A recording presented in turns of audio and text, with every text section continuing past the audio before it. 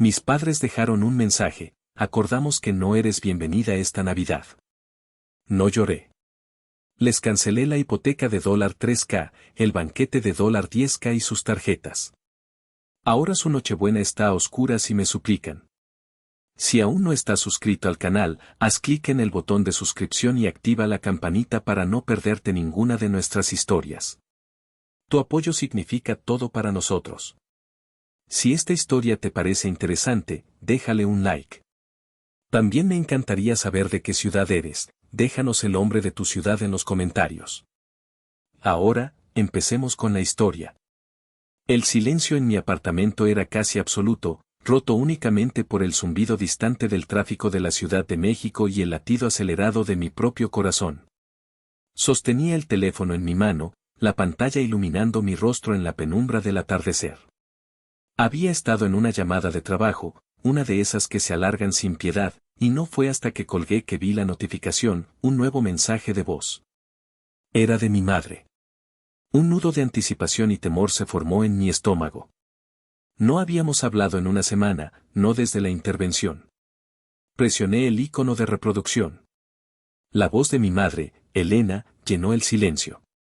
No era la voz cálida que usaba con sus amigas, ni la voz falsamente dulce que reservaba para las reuniones familiares. Era una voz que yo conocía demasiado bien, fría, clínica, desprovista de toda emoción. La voz que usaba para dictar sentencias. Itzel, comenzó, la formalidad ya era una bofetada. Te llamo para informarte. Tu padre y yo hemos hablado con Damián. Lo hemos discutido y, bueno, todos estamos de acuerdo en que no eres bienvenida en Navidad este año. Hizo una pausa, como si esperara una respuesta de una grabación. El silencio se estiró, pesado y denso. Has dejado muy claro que tus prioridades han cambiado, continuó, cada palabra un cincel afilado. Así que puedes quedarte con tu dinero y pasar las fiestas con Gael. Ya que obviamente es lo que prefieres. Por favor, no intentes contactarnos. Clic, la llamada terminó. Me quedé inmóvil, el teléfono aún pegado a mi oreja. No lloré. No grité. No sentí la punzada de shock que uno podría esperar. En su lugar, una extraña calma, un vacío helado, se apoderó de mí. Era como si una parte de mí, la parte que había pasado 28 años anhelando una aprobación que nunca llegó, finalmente se hubiera rendido. Se había apagado. Lentamente, bajé el teléfono y miré mi mano izquierda. El anillo de compromiso que Gael me había dado, una esmeralda antigua que perteneció a su abuela, brillaba suavemente. Empecé a girarlo, un hábito que había desarrollado cuando necesitaba anclarme a la realidad. Sabía, con una certeza tan profunda como dolorosa, que este día llegaría. La Guerra Fría finalmente se había vuelto caliente. Y en ese silencio, mientras la noche caía sobre la ciudad, una nueva resolución, tan fría y dura como un diamante, comenzó a formarse en mi interior. No era venganza lo que sentía. Era la necesidad de un ajuste de cuentas. Mi familia era experta en el arte de la apariencia. Para el mundo exterior, los de la Fuente eran un pilar de la comunidad de Coyoacán, Tomás, mi padre, un hombre de negocios supuestamente respetado, Elena, mi madre, la anfitriona perfecta, siempre sonriente, y Damián, mi hermano mayor, el encantador y carismático heredero. Y luego estaba yo, Itzel, la hija exitosa en el mundo de la tecnología financiera, un adorno conveniente para su fachada de familia perfecta. Para entender la sentencia de mi exilio navideño, hay que entender la dinámica de una cena familiar cualquiera en nuestra casa. La última, hace apenas un mes, fue un ejemplo perfecto. La mesa estaba impecable, como siempre. La vajilla fina, que solo se usaba cuando había invitados, estaba puesta aunque solo éramos nosotros 4. Mi madre creía en mantener los estándares. Damián, con su sonrisa fácil y su ropa de diseñador que yo sabía que no podía permitirse, estaba en medio de un monólogo apasionado sobre su última idea de negocio.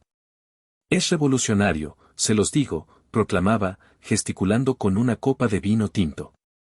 Una aplicación de entrega de productos artesanales. Conectaremos a los artesanos de Oaxaca directamente con los consumidores de Polanco. Es el próximo unicornio mexicano.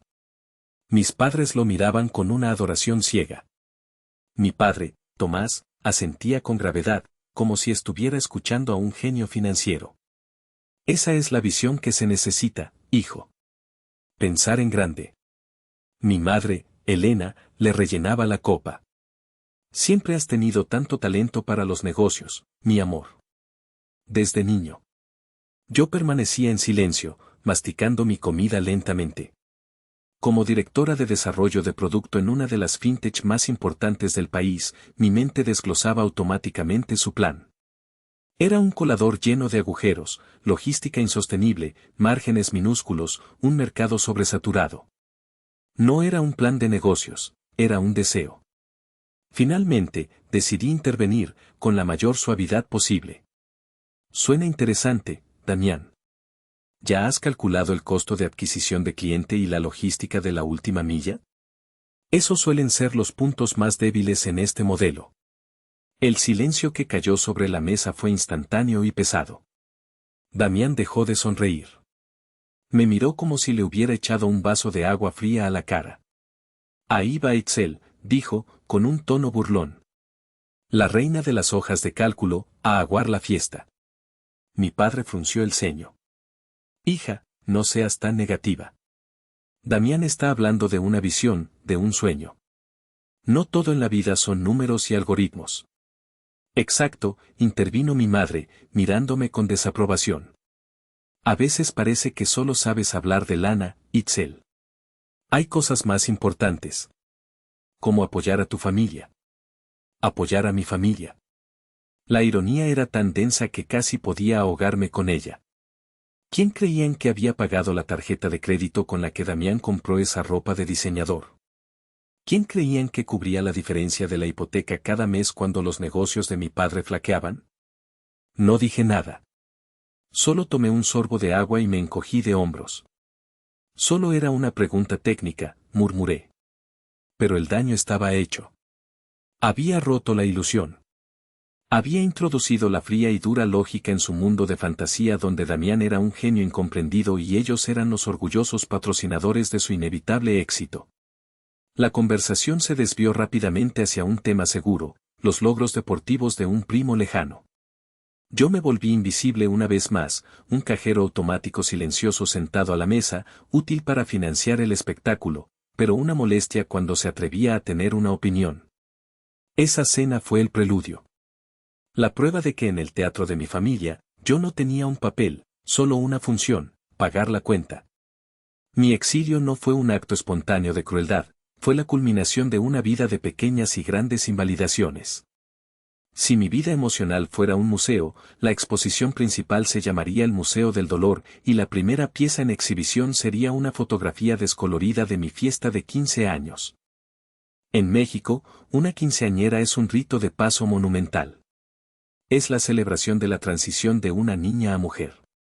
Las familias ahorran durante años. Las fiestas son a menudo extravagantes, con vestidos de princesa, salones de baile y cientos de invitados. La mía no fue así. Cuando cumplí los 15, mis padres me sentaron en la sala. Mi padre adoptó su tono solemne, el que usaba para dar malas noticias financieras. Itzel, mi amor, dijo, sabes que las cosas han estado un poco apretadas últimamente. Los negocios no van como quisiéramos. Mi madre asintió, con una expresión de mártir. Queremos celebrarte, por supuesto que sí. Pero una gran fiesta está fuera de nuestro alcance este año. No sería responsable. Me propusieron una solución, una carne asada en el patio trasero de la casa. Solo para la familia más cercana. Compré un vestido sencillo en una tienda departamental. Mi madre hizo el pastel. Mi padre se encargó de la parrilla. No hubo chambelanes, ni vals, ni el simbolismo que había soñado. Mientras mis amigas publicaban fotos de sus enormes vestidos y sus elaboradas coreografías, yo sonreía torpemente en nuestro jardín, sintiéndome agradecida en la superficie, pero profundamente decepcionada por dentro. Lo importante es estar juntos, repetía mi madre a los pocos tíos y primos que asistieron. Lo acepté. Creí en su historia de dificultades económicas. Era una niña responsable. El verdadero dolor, la pieza central de esa exhibición del museo, no fue la modestia de la fiesta, sino lo que sucedió exactamente un año después. Para el 18º cumpleaños de Damián. Una tarde, mi padre llegó a casa conduciendo un Volkswagen Golf de segunda mano, pero en excelentes condiciones. Lo estacionó frente a la casa y le entregó las llaves a mi hermano.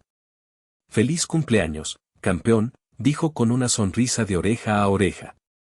Un hombre necesita presencia, necesita su propio coche para moverse. Damián estaba eufórico. Mis padres lo miraban, rebosantes de orgullo. El coche, como supe más tarde, había costado más de 80,000 pesos. 5 veces el presupuesto de mi fiesta. Esa noche, en mi habitación, hice los cálculos. La lógica fría de los números, mi refugio. El dinero siempre había estado ahí. Simplemente no había estado ahí para mí. El problema económico no era una falta de recursos, sino una asignación de prioridades. Y yo, claramente, no era una de ellas. Ese fue el día en que empecé a entender que en mi familia, el amor y el apoyo no eran constantes universales. Eran recursos finitos, distribuidos de manera desigual. Damián recibía inversiones. Yo recibía excusas. Esa fue la primera vez que sentí el frío acero de su indiferencia, un frío que se volvería muy familiar en los años venideros. La segunda pieza destacada en mi museo personal es un grueso libro de contabilidad, uno de los muchos que llené durante mis años universitarios. Sus páginas están llenas no solo de números, sino también de manchas de café y, si se mira de cerca, de alguna que otra lágrima seca de frustración. Cuando llegó el momento de ir a la universidad, fui aceptada en el programa de finanzas del TEC de Monterrey, uno de los mejores del país. Fue uno de los momentos de mayor orgullo de mi vida. Pero la conversación con mis padres fue una repetición de la de mis 15 años, solo que a una escala mucho mayor. «Itzel, estamos increíblemente orgullosos», dijo mi padre, «pero la colegiatura es astronómica. Simplemente no podemos». «Hicimos números, querida», añadió mi madre, su voz llena de un falso pesar. «Significaría sacarlo todo de nuestros ahorros para el retiro. No podemos arriesgar nuestro futuro así». De nuevo, su lógica parecía impecable. De nuevo, la decepción fue un nudo amargo en mi garganta. Pero esta vez, no me conformé. Si ellos no invertían en mi futuro, yo lo haría. Mi vida universitaria fue un maratón agotador. Estudiaba por las mañanas y por las tardes trabajaba como cajera en un supermercado. Por las noches y los fines de semana, hacía contabilidad para pequeñas empresas locales. Dormía 4 o 5 horas al día. Mi vida social era inexistente. Mientras mis compañeros de clase hablaban de fiestas y viajes, yo hablaba de balances y estados de resultados. Fue brutal, pero cada peso que ganaba, cada materia que aprobaba, era un ladrillo que yo misma ponía en la construcción de mi independencia. El giro doloroso, la razón por la que este libro de contabilidad es una pieza de museo, llegó en mi tercer año. Durante una comida familiar, mi tío Eladio, el hermano menor de mi padre y la oveja negra de la familia por ser un simple mecánico, me apartó. Era un hombre de pocas palabras, pero sus ojos veían más que los de nadie. «¿Cómo vas con la escuela, mija?», me preguntó en voz baja. «Tu padre presume de lo inteligente que eres, pero nunca dice cómo le haces para pagar». Le conté de mis trabajos, del cansancio. Él solo asintió, su rostro endurecido. Luego, sacó su cartera.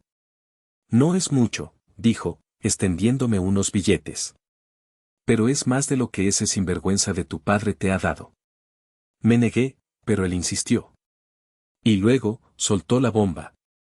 «¿Sabes a dónde se fue el dinero de tus padres hace 2 años, cuando entraste a la universidad?», preguntó.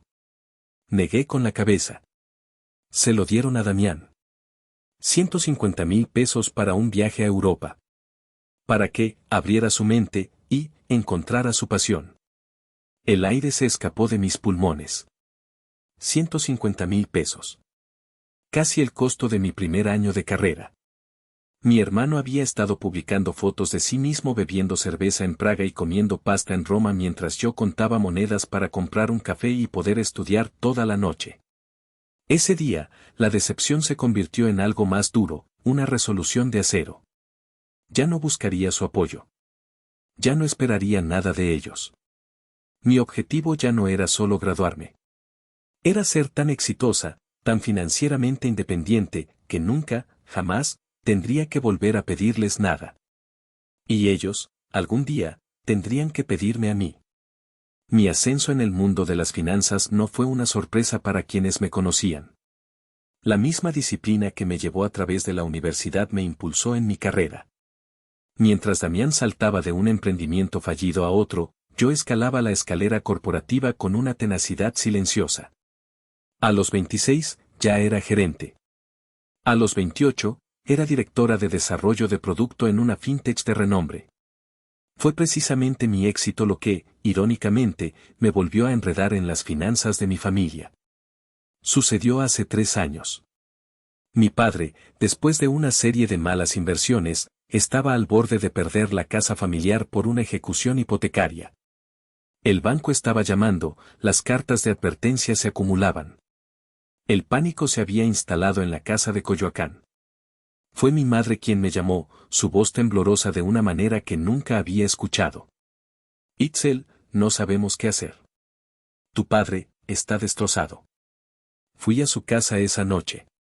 Sobre la mesa del comedor, un caos de papeles y facturas sin pagar. Por primera vez, vi a mi padre no como una figura de autoridad, sino como un hombre asustado y derrotado. Mi madre lloraba en silencio. Damián, por supuesto, no estaba allí. Hice lo que mejor sabía hacer. Tomé los papeles, me senté en su escritorio y durante las siguientes 6 horas, puse orden en su caos financiero. Hablé con el banco, renegocié los términos de su deuda, consolidé sus préstamos. Les presenté un plan claro para salir del agujero. Estaban asombrados. Y agradecidos. Tan agradecidos que me pidieron que me hiciera cargo. Tú eres tan buena con esto, hija, dijo mi padre, con genuina admiración en su voz. Nosotros ya no podemos. Por favor, maneja tú las cosas. Y así fue como me convertí, sin quererlo, en la banquera no oficial de la familia de la Fuente. Me dieron acceso a todas sus cuentas. Para simplificar las cosas y asegurarme de que nunca más se atrasaran, vinculé el pago de su hipoteca, la luz, el gas y otros servicios a mis propias cuentas, para que se debitaran automáticamente. Ellos solo tenían que transferirme una cantidad fija cada mes, aunque a menudo se olvidaban o me transferían menos, y yo terminaba cubriendo la diferencia sin decir nada. Era más fácil que discutir. Se convirtió en mi contribución silenciosa, mi impuesto por mantener una paz familiar precaria. Ellos estaban felices de ceder el control. Les quitaba la responsabilidad de encima. Y para mí, era una forma de asegurarme de que no perdieran el único patrimonio que tenían. Pero sin darme cuenta, me había atado a ellos de una manera que iba más allá de la sangre. Me había convertido en su red de seguridad financiera. Fue en medio de esta dinámica que conocí a Gael. Un amigo en común nos presentó en una galería de arte. Era maestro de historia, inteligente, apasionado por su trabajo y con una calma que contrastaba con el caos perpetuo de mi familia. Cuando le conté a qué me dedicaba, no se impresionó por mi título o mi salario. Se interesó por los desafíos, por la psicología detrás de los mercados. Con Gael, por primera vez, me sentí vista. No como Itzel, la exitosa, ni como Itzel, la solución a los problemas, sino simplemente como Itzel. Venía de una familia modesta de Veracruz, pero unida y cálida, donde el apoyo era emocional, no transaccional. Salir con él era como respirar aire fresco después de haber estado encerrada en una habitación sin ventanas. Él era mi luz al final del túnel, la prueba viviente de que existían otras formas de relacionarse, otras formas de amar. Y fue esa luz la que comenzó a iluminar las profundas grietas y la oscuridad de mi propia dinámica familiar. Decidimos anunciar nuestro compromiso en una cena íntima. Quería que fuera en mi apartamento, un espacio que yo había creado, que se sentía seguro. Pasé todo el sábado cocinando los platillos favoritos de mi familia, un esfuerzo inútil, como se demostraría más tarde, por comprar un poco de su alegría. Llegaron puntuales, lo cual ya era una mala señal. La puntualidad en mi familia solía significar que venían en son de guerra. Gael, siempre un caballero, los recibió en la puerta con una botella de vino caro. Tomás, Elena, qué gusto verlos. Damián, ¿cómo estás?, dijo Gael con su sonrisa genuina. Mi padre le dio una palmada en el hombro que fue un poco más fuerte de lo necesario. Mi madre le dio 2 besos al aire, uno a cada lado de su mejilla, sin hacer contacto. Después de un poco de charla forzada, Gael tomó mi mano. Bueno, la razón por la que los invitamos esta noche es porque tenemos una noticia muy especial que compartir. Tomó una respiración profunda, sus ojos brillando al mirarme. Le pedí a Itzel que se casara conmigo. Y dijo que sí. Levanté mi mano izquierda para mostrar el anillo. El silencio que siguió fue tan denso que se podía cortar con un cuchillo. Mi madre fue la primera en reaccionar. Entrecerró los ojos para examinar la esmeralda. ¿Es antiguo?, preguntó, la palabra antiguo sonando sospechosamente como viejo. Perteneció a mi abuela, explicó Gael con orgullo. Tiene más de 100 años. Ah, fue todo lo que dijo mi madre. Luego, su mirada se posó en mí. Felicidades, supongo.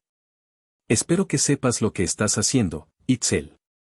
El matrimonio es un gran paso. No había calidez en su voz, solo una advertencia velada. Mi padre se aclaró la garganta, dirigiéndose a Gael. Mira, muchacho, te respeto. La enseñanza es una profesión noble. Pero, ¿han hablado de finanzas? Itzel está acostumbrada a un cierto estilo de vida. Un estilo de vida que, bueno, que requiere recursos. Sentí la mano de Gael apretar la mía suavemente. Por supuesto, Tomás, respondió con una calma que yo admiraba profundamente. Ambos tenemos nuestras carreras y hemos hecho un plan. Lo más importante es que estamos en la misma página sobre nuestro futuro. Fue Damián quien le dio el golpe de gracia a la velada. Soltó una carcajada, una risa desagradable y condescendiente. ¿Un plan? ¿Qué plan? Hermano, te sacaste la lotería, dijo, dándole un codazo a Gael. Mi hermanita es un cajero automático con piernas. Solo asegúrate de recordar la contraseña. La sangre se me heló en las venas. La sonrisa de Gael se desvaneció, reemplazada por una mirada de incredulidad y disgusto. Damián, eso es suficiente, dije, mi voz temblando de ira contenida. ¿Qué? Es solo una broma, se defendió, levantando las manos. No se puede decir nada en esta casa. Pero no era una broma. Era la verdad desnuda de cómo me veían. No como una hija, ni como una hermana. Sino como un recurso. Un activo. Un cajero automático. La cena terminó poco después. La conversación fue tensa y superficial. Cuando se fueron, cerré la puerta y me apoyé en ella, sintiendo cómo se me escapaba toda la energía. Gael me rodeó con sus brazos. Lo siento mucho, mi amor, susurró en mi cabello. Nadie merece que su propia familia lo trate así. Apoyé mi cabeza en su pecho, el sonido de su corazón calmando el mío.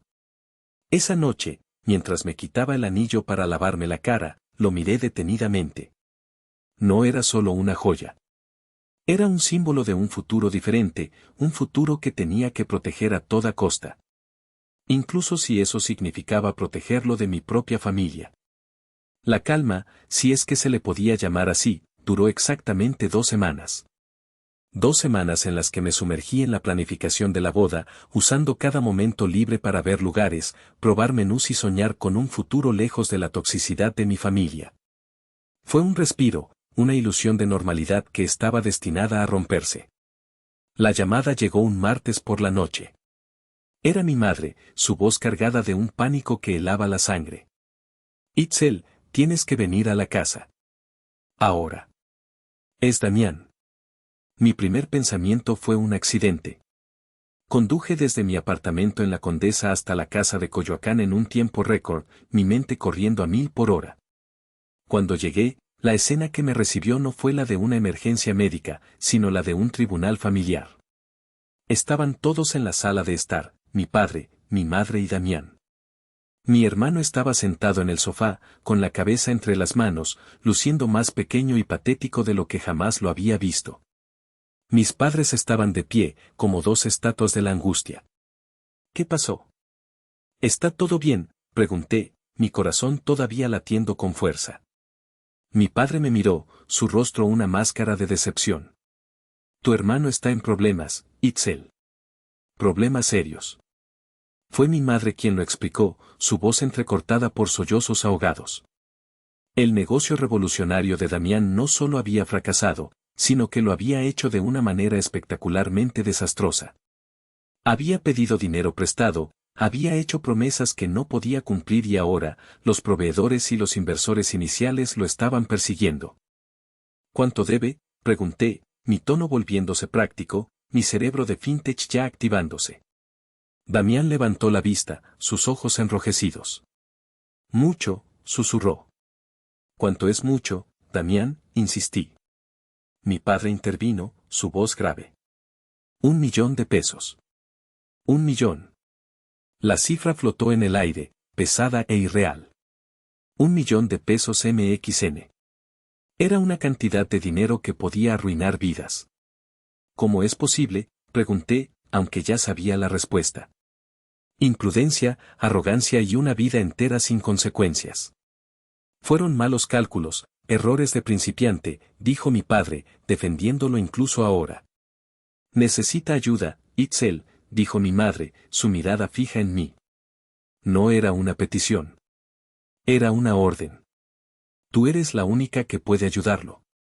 Y entonces lo entendí. No me habían llamado para informarme. Me habían llamado para presentarme la factura. La mirada en sus ojos era inequívoca. Era la misma mirada que un granjero le daría a una vaca antes de llevarla al matadero, una mezcla de necesidad y un vago arrepentimiento por lo que estaban a punto de hacer. El ambiente en la habitación cambió. Ya no era una crisis familiar. Era una negociación. Y yo era el activo que estaban a punto de liquidar. Me senté en el sillón frente a Damián, sintiendo el peso de sus 3 miradas sobre mí.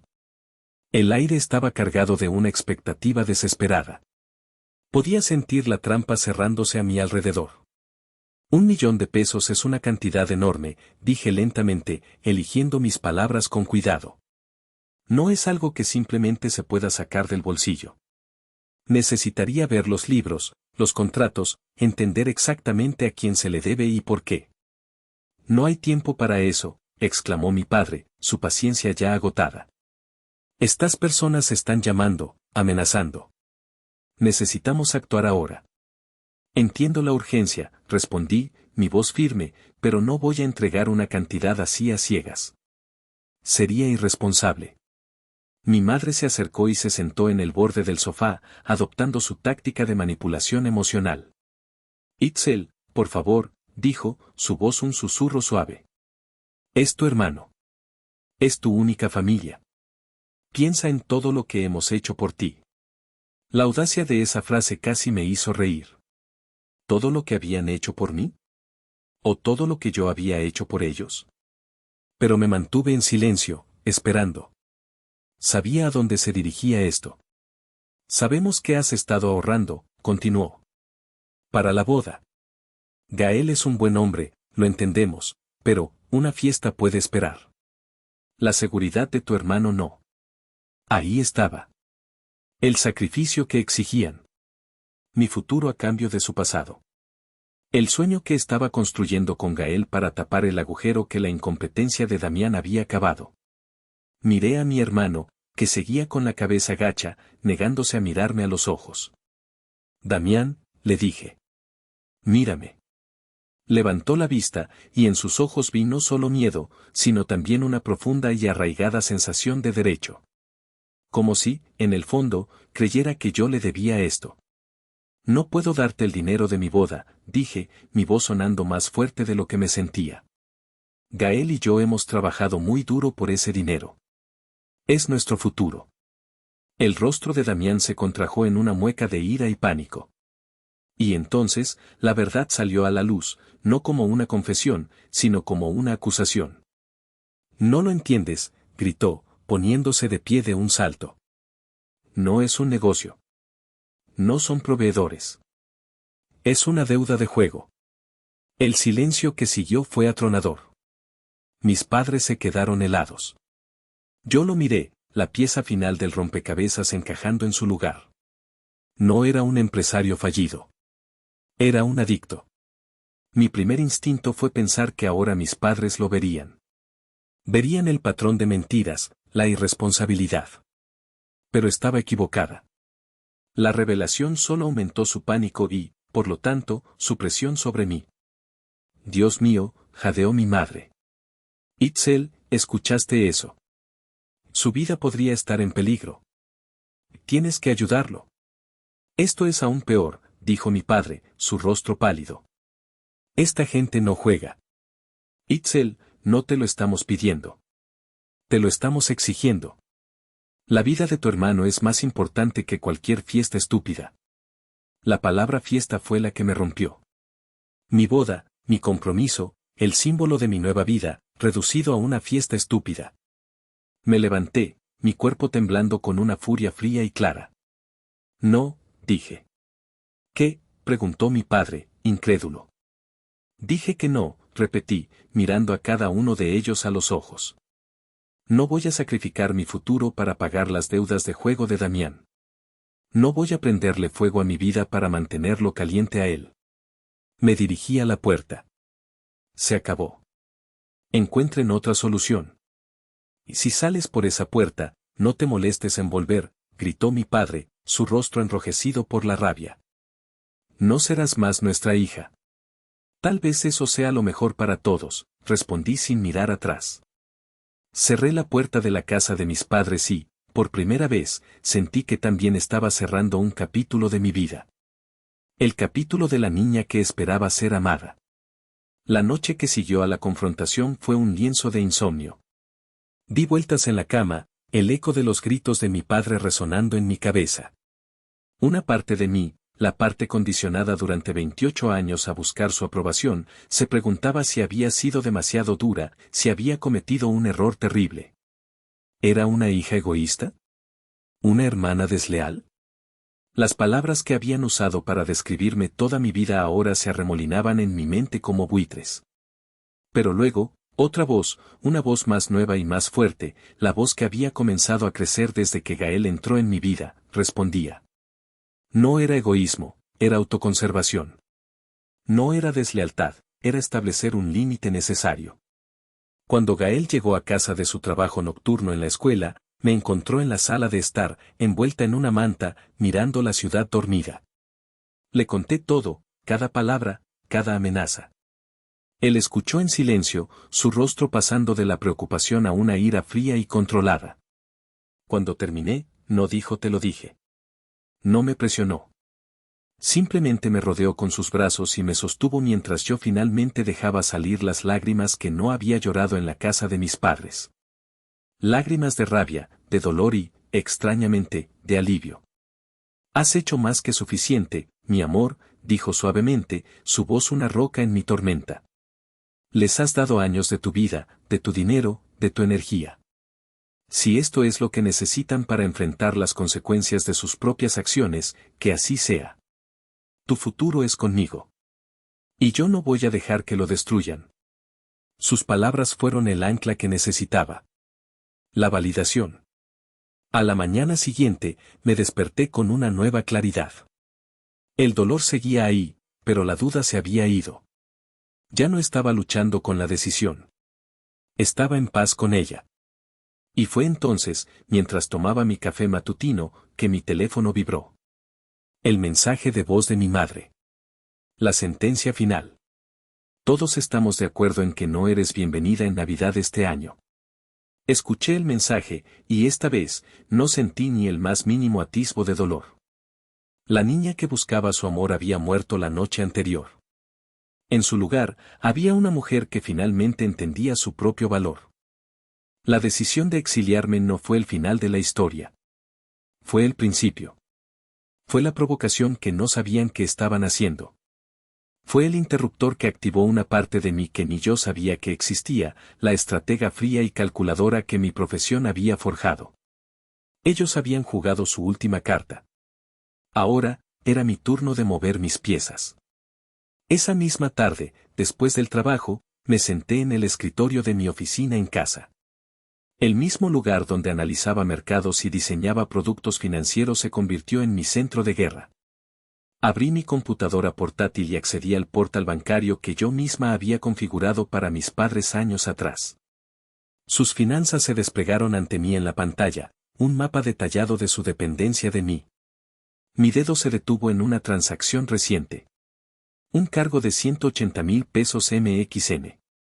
El beneficiario, Catherine de Lujo El Buen Gusto. La fecha del cargo, 2 días después de que me exigieran el dinero de mi boda. La sangre me hirvió. Mientras me decían que la vida de su hijo pendía de un hilo, mientras intentaban chantajearme emocionalmente para que renunciara a mi futuro, habían autorizado un gasto extravagante para su fiesta de Navidad. Una fiesta a la que ahora estaba oficialmente desinvitada. La hipocresía era tan descarada, tan monumental, que disipó cualquier duda persistente que pudiera haber tenido. Esto ya no era sobre Damián. Era sobre su obsesión por la imagen, por mantener una fachada de éxito a toda costa, incluso si esa costa era mi felicidad. Querían la Navidad perfecta, la familia perfecta, la cena perfecta. Y yo, su hija invisible, era la que financiaba silenciosamente todo el espectáculo. Muy bien, susurré a la pantalla vacía. ¿Quieren jugar? Con una precisión quirúrgica, comencé a formular mi plan. No era un arrebato de ira. Era una estrategia. Un ejercicio de gestión de riesgos. Durante años, mi relación con ellos había sido una mala inversión con rendimientos emocionales negativos. Era hora de cortar mis pérdidas. Abrí una nueva hoja de cálculo. Título, Operación Nochebuena. Columnas, activo, acción, plazo, impacto esperado. Activo 1, hipoteca. Acción, solicitar congelamiento temporal por actividad sospechosa. Plazo, 23 de diciembre. Impacto, falla en el pago automático del 24, pánico bancario. Activo 2, tarjeta de crédito, pagos de servicios. Acción, reportar como robada y cancelarla. Plazo, inmediato. Impacto, cortes de luz y gas en el momento de mayor consumo. Activo 3, Catherine de Lujo. Acción, cancelar el pedido. Plazo, mañana por la mañana. Impacto, humillación social máxima. Miré mi plan. Era metódico. Implacable. Y completamente justificado. Ellos habían borrado mi nombre de la lista de invitados a su familia. Yo estaba a punto de borrar el mío de la columna de sus activos financieros. Hemos llegado a la mitad de esta intensa historia. Si estás sintiendo la indignación y la tensión tanto como yo, por favor, dale un me gusta a este video y suscríbete al canal para no perderte la segunda parte, donde todo está a punto de explotar. Y déjame saber en los comentarios desde qué ciudad o país nos estás escuchando. Cada comentario, cada me gusta, ayuda a que esta historia llegue a más personas. Muchas gracias por tu apoyo. Ahora, volvamos a la Nochebuena que cambiaría todo. La Nochebuena llegó con un aire inusualmente fresco en la Ciudad de México. Mientras el resto de la ciudad se apresuraba con preparativos de última hora, mi apartamento era un oasis de calma. El aroma a pavo horneado y ponche de manzana llenaba el aire. Luces cálidas parpadeaban en un pequeño árbol de Navidad que Gael y yo habíamos decorado. A las 7 de la noche, sonó el timbre. Era mi tío Eladio, sosteniendo una botella de tequila y una rosca de reyes casera que había hecho su esposa. «Feliz Navidad, mija», dijo, dándome un abrazo de oso que olía a grasa de motor y a honestidad. «¿Estás bien?» Sus ojos, siempre agudos, buscaron los míos. «Estoy mejor que nunca, tío», respondí, y era la verdad. Nuestra cena fue todo lo que una celebración familiar debería ser. Éramos solo 3, pero la calidez y el afecto en esa mesa valían por 100 invitados. Hablamos, reímos, compartimos historias. Gael contó anécdotas divertidas de sus estudiantes y mi tío relató sus últimas aventuras arreglando motores imposibles. En un momento, mi tío me miró por encima de su vaso de tequila. Así que, la operación está en marcha. Asentí. Le había contado a grandes rasgos lo que planeaba hacer, y él, que conocía a su hermano mejor que nadie, simplemente había dicho, ya era hora.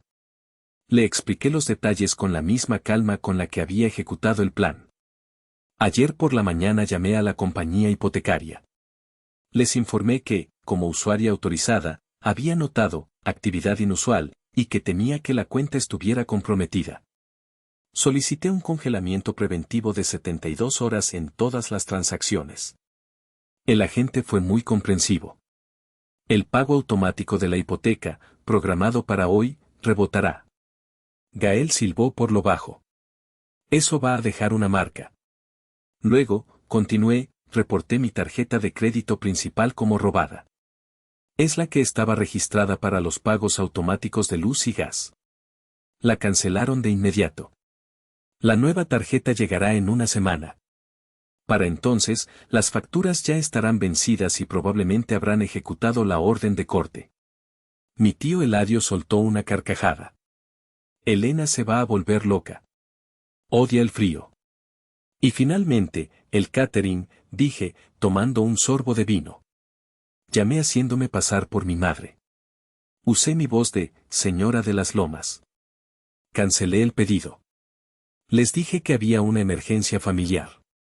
Por supuesto, perderán el 50% del depósito de 180,000 pesos por la cancelación tardía. Considerémoslo una comisión por el servicio de una lección de vida. Gael me tomó de la mano.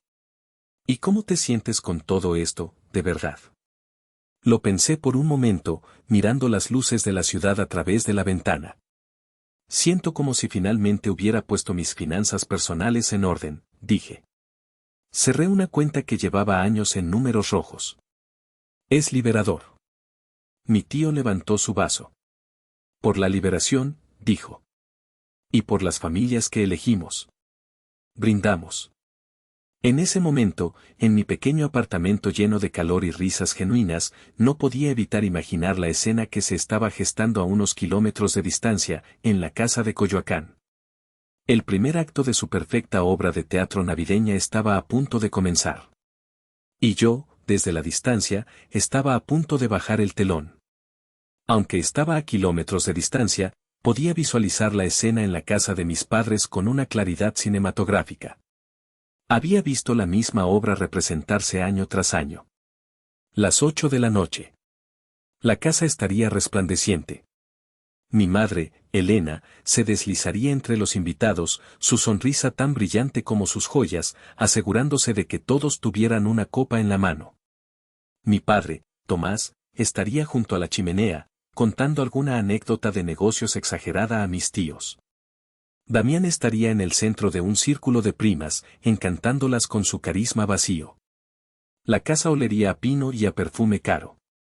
El ambiente sería de una prosperidad cuidadosamente curada. Mi tía Susana, la hermana de mi madre, seguramente estaría allí, inspeccionando cada detalle para poder reportarlo más tarde. Elena, querida, te luciste este año. ¡Qué decoración tan espectacular! Mi madre respondería con una falsa modestia. Oh, es solo un pequeño detalle para reunir a la familia. Ya sabes, lo más importante es estar juntos. Y entonces, justo cuando la conversación estuviera en su punto más álgido, ocurriría. Primero, un parpadeo. Las luces temblarían por un instante, como si la casa hubiera tenido un escalofrío. Luego, la oscuridad total. Un apagón completo y absoluto. Un jadeo colectivo llenaría la habitación. Seguido de risas nerviosas. Tomás, por el amor de Dios, se fue la luz, gritaría mi madre, su tono ya teñido de pánico. Debe ser un fusible, respondería mi padre, tratando de sonar en control. Ahora mismo lo arreglo. Pero no era un fusible. Mientras mi padre buscaba a tientas la caja de fusibles, un nuevo problema surgiría. El horno eléctrico, donde un lechón de 20 kilos se estaba dorando lentamente, se habría silenciado. La calefacción, que luchaba contra el frío de diciembre, se habría apagado. Un silencio antinatural, seguido por el lento descenso de la temperatura, comenzaría a instalarse en la casa. La fachada comenzaría a agrietarse. Los invitados sacarían sus teléfonos, usando sus linternas para iluminar sus rostros confundidos. Y en medio de ese caos creciente, mi madre miraría el reloj. 8:15 de la noche. ¿Dónde está el catering?, se preguntaría en voz alta. Deberían haber llegado hace media hora. Una llamada frenética al servicio de catering El Buen Gusto.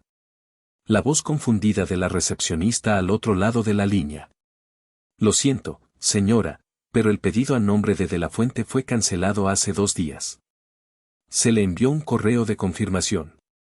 Imagino a mi madre, de pie en la oscuridad, el teléfono pegado a su oreja, su rostro pasando de la confusión a la incredulidad y finalmente a una furia helada.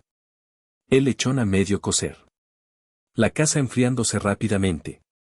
20 invitados hambrientos y murmurando en la oscuridad. Sin comida, sin luz, sin calefacción. El escenario perfecto para la Navidad perfecta se estaba desmoronando, pieza por pieza. El espectáculo había sido cancelado. Y la directora de la obra, mi madre, estaba a punto de descubrir quién había cortado los hilos de sus marionetas. De vuelta en mi apartamento, estábamos a punto de cortar la rosca de Reyes cuando mi teléfono, que había dejado en modo silencioso sobre la barra de la cocina, comenzó a vibrar. No fue una vibración corta de un solo mensaje. Fue un zumbido continuo, frenético, como un insecto atrapado. Gael, mi tío y yo intercambiamos una mirada. Parece que el telón ha caído, dijo mi tío Eladio con una sonrisa torcida. Me levanté y caminé hacia el teléfono. La pantalla era un árbol de Navidad de notificaciones fallidas. Papá, 8:21 de la noche, ¿qué le pasa a la luz? Papá, 8:25 de la noche, contesta el teléfono, Itzel. Papá, 8:30 de la noche, el catering fue cancelado, ¿tú hiciste esto?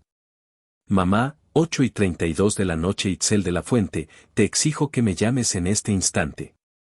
Has arruinado la Navidad. Mamá, 8:35 de la noche, estamos humillados frente a toda la familia. Damián, 8:40 de la noche, siempre supe que eras una víbora. Arregla esto ahora. Damián, 8:42 de la noche, ¿estás contenta? La tía Susana está preguntando si estamos en bancarrota. Llamadas perdidas. Papá, 4, mamá, 6, Damián, 3. Leí los mensajes en voz alta. Gael negó con la cabeza, una mezcla de disgusto y diversión en su rostro. Mi tío soltó una carcajada que retumbó en la habitación. Humillados, se burló. A tu madre le importa más lo que piense Susana que el bienestar de su propia hija. Nada ha cambiado. Tenía razón. Sus mensajes no expresaban preocupación por mí, ni curiosidad por mi bienestar. No había un ¿por qué harías esto, Itzel? Solo había ira, acusaciones y una demanda incondicional de que yo, la hija exiliada, arreglara el desastre que ellos habían provocado. Puse el teléfono boca abajo sobre la barra. ¿No vas a contestar?, preguntó Gael, aunque ya sabía la respuesta. No, dije, volviendo a la mesa. Esta noche no. Esta es mi Nochebuena. La de ellos puede esperar. Corté un trozo de la rosca. El cuchillo se deslizó a través de la masa suave. Afuera, los fuegos artificiales de algún vecino comenzaron a estallar, iluminando el cielo nocturno. Eran como pequeñas explosiones de libertad. Mi teléfono continuó vibrando intermitentemente durante la siguiente hora, una banda sonora lejana y desesperada para nuestra velada pacífica. Pero por primera vez en mi vida, el caos de ellos no era mi caos. Su pánico no era mi responsabilidad. Había construido un cortafuegos entre su mundo y el mío. Y esa noche, mientras reía y compartía con las 2 personas que realmente me amaban, me di cuenta de que ese cortafuegos no solo me protegía. Me estaba liberando. El día de Navidad transcurrió en una paz casi surrealista. Apagué mi teléfono y me concentré en el presente, un desayuno tardío con Gael, una larga caminata por el Parque México, una tarde de películas navideñas. Fue el primer 25 de diciembre en años que no pasé corriendo para complacer a otros, comprando regalos de último minuto o sentada en una cena familiar sintiéndome invisible. Sabía que la tormenta no había pasado, solo estaba en pausa. El 26 de diciembre, un día hábil, sería el verdadero día del juicio final. Y así fue. A las 10 de la mañana, encendí mi teléfono. Había una nueva oleada de mensajes, pero uno de mi madre, enviado hacía apenas 5 minutos, captó mi atención. El tono era diferente. Ya no era furioso. Era algo peor, un pánico helado. Mamá, 9:55 de la mañana Itzel. El banco acaba de llamar a tu padre. La hipoteca. Hay un problema grave. Llámame. Necesitamos hablar. Sonreí. Era hora del segundo acto. La historia me la contó más tarde mi contacto dentro del banco, un colega con el que había trabajado en el pasado. Mis padres habían llegado a la sucursal esa mañana, exigiendo ver al gerente, el señor Morales, un hombre de la vieja escuela, profesional y sin paciencia para el drama. Nuestra cuenta ha sido comprometida, declaró mi padre, golpeando el escritorio. Alguien congeló nuestros pagos. Fue nuestra hija. El señor Morales, según mi contacto, simplemente se ajustó las gafas y miró su pantalla. Señor de la Fuente, veo la nota aquí. Se solicitó un congelamiento temporal por posible fraude. La solicitud fue hecha por un titular autorizado de la cuenta, Itzel de la Fuente. Exacto. Lo hizo para arruinarnos, gritó mi madre. Legalmente, ella estaba en su derecho de hacerlo, respondió el señor Morales con calma. Pero, francamente, un pago hipotecario rebotado es el menor de sus problemas. Mis padres lo miraron, confundidos. Verán, continuó el señor Morales, tecleando algo en su computadora. Revisé el historial de su crédito hipotecario. Hace 3 años, cuando estaban al borde de la ejecución hipotecaria, el banco vendió su deuda para mitigar el riesgo. ¿Vendieron nuestra deuda? ¿A quién?, preguntó mi padre, desconcertado. El señor Morales los miró por encima de sus gafas. La deuda fue adquirida por un fideicomiso de inversión privado. Un fideicomiso llamado IFG Soluciones. Hizo una pausa para un efecto dramático. Las iniciales, dijo lentamente, corresponden a Itzel Fuentes Garcés. Su hija no solo reestructuró su deuda, señores. Ella la compró. Durante los últimos 3 años, ustedes no le han estado pagando al banco. Le han estado pagando a ella. Legalmente, esta casa no es del banco. Es de ella. Decidí que era hora de devolver la llamada. Marqué el número de la casa, no sus celulares. Quería que estuvieran juntos, que escucharan juntos. Puse el altavoz.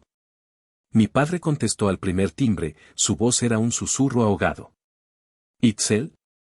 Hola, papá, dije, mi voz tranquila y nivelada. Recibí el mensaje de mamá. Parece que tuvieron una mañana interesante en el banco.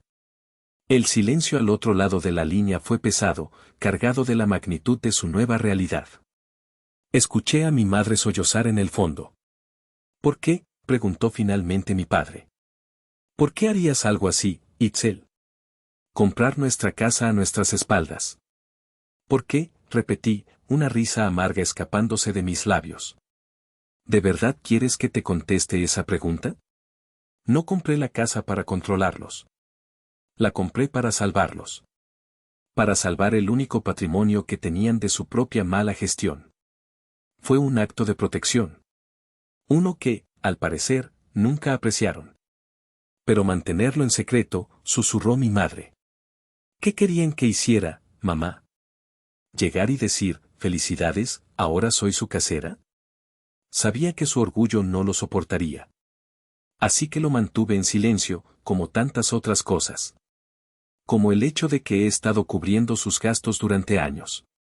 Como el hecho de que pagué la última inversión fallida de papá. como el hecho de que financié la rehabilitación de Damián el año pasado, esa que le dijeron a todos que fue un retiro espiritual. Cada secreto que revelaba era un golpe, podía sentirlo a través del teléfono. Estaba desmantelando su fachada, ladrillo por ladrillo. Siempre ha sido la fuerte, la capaz, dijo mi padre, su voz sonando débil. Simplemente, nos acostumbramos. Se acostumbraron a usarme, lo corregí. Se acostumbraron a que yo fuera su red de seguridad mientras me trataban como un cero a la izquierda. ¿Quieren saber por qué hice lo de la Nochebuena? Porque me empujaron. Porque me dijeron que no era bienvenida en la familia que yo misma he estado sosteniendo financieramente. Y entonces, comencé a leerles. Abrí una carpeta en mi computadora que llamaba Evidencia. Correo de mamá, julio de 2019, querida, tu ascenso es bueno, pero estamos tan emocionados por la nueva pasión de Damián por la fotografía. Es tan artístico. Correo de papá, septiembre de 2020, a veces me preocupa que solo persigas el dinero, hija. Tu hermano, aunque lucha, vive una vida más auténtica. Mensaje de texto de Damián después de que le negué un préstamo para un coche nuevo, algún día te quedarás sola con todo tu dinero, y verás lo poco que vale. Leí durante 5 minutos. Cada palabra, un recordatorio de años de ser menospreciada, de ser la última prioridad. Cuando terminé, el silencio era absoluto. El poder había cambiado de manos. Ya no era la niña que suplicaba por su atención. Era la mujer que era dueña de su casa y, en ese momento, de su futuro. Lo sentimos, dijo finalmente mi madre, su voz rota. Fue la primera disculpa genuina que le había escuchado en mi vida. Una disculpa es un comienzo, respondí, mi tono aún firme. Pero las palabras son baratas. Las acciones no lo son. Si queremos tener algún tipo de relación en el futuro, las cosas van a cambiar. Drásticamente. Puse mis condiciones sobre la mesa, no como una negociación, sino como un decreto. Primero, terapia familiar. Los 4. Con un terapeuta profesional que yo elegiré y pagaré, porque es una inversión en mi propia salud mental. Si alguien falta a una sesión, consideraré esta conversación terminada. Segundo, no más dinero. Se acabó. Damián necesita conseguir un trabajo real y enfrentar sus deudas como un adulto. Ustedes necesitan ajustar su estilo de vida a sus ingresos reales, no a los míos. Tercero, respeto. Respeto por mí, por mi carrera y, sobre todo, por Gael. Él es mi familia ahora. Si escucho un solo comentario condescendiente o despectivo hacia él, se acabó. Y cuarto, hice una pausa, la casa. Voy a poner la propiedad en un nuevo fideicomiso. Podrán vivir aquí por el resto de sus vidas, sin pagar renta. Pero no podrán venderla ni usarla como garantía. Y la titularidad final pasará a quien yo designe. Es mi activo, y lo protegeré. Hubo un murmullo al otro lado. Sabía que les estaba quitando su último vestigio de control. Es mucho pedir, Itzel, dijo mi padre.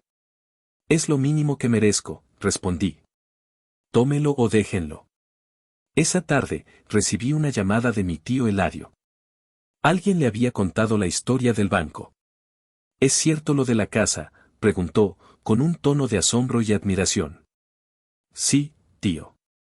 Se quedó en silencio por un momento, y luego dijo algo que me liberó de la última pizca de culpa que podía sentir. Hace 20 años, dijo en voz baja, tu padre me dejó de hablar durante 2 años porque me negué a darle el dinero que había ahorrado para mi taller.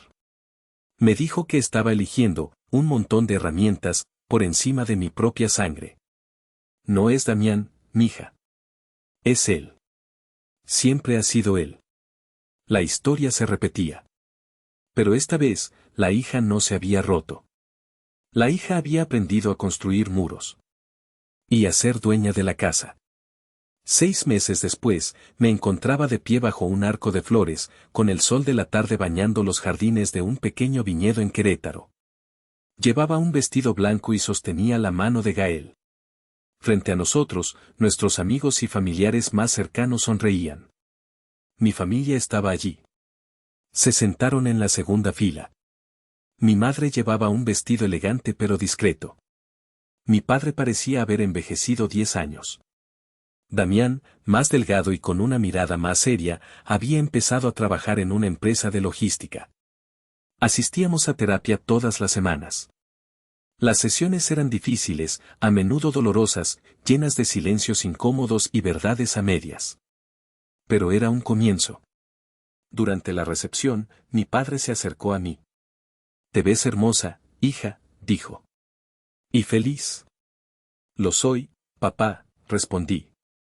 «Tuve que perderte para darme cuenta de cuánto te necesitaba», admitió, sus ojos brillosos. «No solo tu dinero. A ti». Fue un momento de honestidad cruda, quizás el primero entre nosotros. No arregló años de dolor, pero abrió una puerta. Mi viaje no ha sido fácil. He aprendido que a veces, para salvar una relación, primero tienes que estar dispuesto a perderla.